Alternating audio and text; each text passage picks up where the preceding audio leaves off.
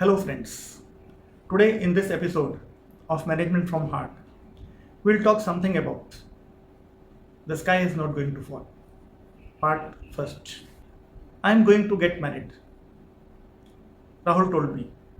And my HR, he is giving me leave only for 2 days. My wife is expecting a child today. And I am sitting here doing a very unimportant work in the office. I was not allowed 2 hour short leave to attend my anniversary party. Doctor advised me 5-day bed rest, and my boss wants me to join the office tomorrow. My mother, I have to take her to the doctor. But see here, I am sitting in the meeting room waiting for a delegate. I was not able to attend my son's graduation function because what are we doing? What are we trying to show? There are many such cases where the associates are forced to stay in the office despite of some compelling personal issues. This is a strange situation that I have been observing in many organizations. The top management, the HR team, the reporting managers, they try to force the people to their seats, to the office, to the complex. It's more strange that our priority for the work is more than the priority of our relationships. And what happens when one fine day Rahulji quits and there is no person on his seat for 2 months? The replacement of Anilji is not suitable for the post and we are still searching for an alternate. At that time also, we are working without Rahulji.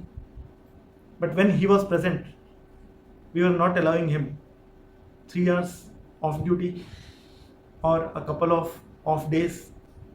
We show that he is indispensable. Then what happens at the time of personal appraisal and annual increments? Well, friends, I want to share my personal experience. In my career of more than 3 decades, I have never stopped, deferred, curtailed, or delayed leave of any of the associates in 13 organizations that I have worked. I have always supported the associates to enjoy their birthdays, anniversaries, birth of their child, health of their parents, visit to the doctors, visit to the schools of their children. And all the team members, all the associates in all the 13 organizations, they have all cooperated. Are we exaggerating the issue? Are we showing our bossism by forcing our associates to stay in the office despite of compelling personal issues?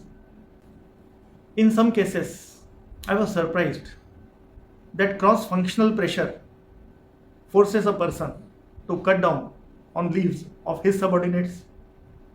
The worst case is when the vertical competition, a senior manager asking his manager not to sanction the leave of his subordinate. My experience has always been that all our associates, they give priority to the organization work over their personal relations, over their family, over themselves, their spouse, their children, their family, their friends. An associate will only ask for leave when the priority of his personal work is much more than the priority of the organization work. It is also the responsibility of the organization to see to it that an associate is able to meet his personal responsibilities also. All the team members should be encouraged to support each other. The managers, whom I call providers, their job is also to provide time to their associates, for their families, for their friends, for themselves. The presumption that the associates want to run away from organization work is simply a nonsense. Under normal conditions, an employee hardly needs 20 to 25 days in a 365-day year to meet his personal obligations. And that's not a big deal. Let the organizations help the associates to meet their personal obligations personal relationships, friends, family, and themselves. Let us build great organization. That's all for the day. Thank you.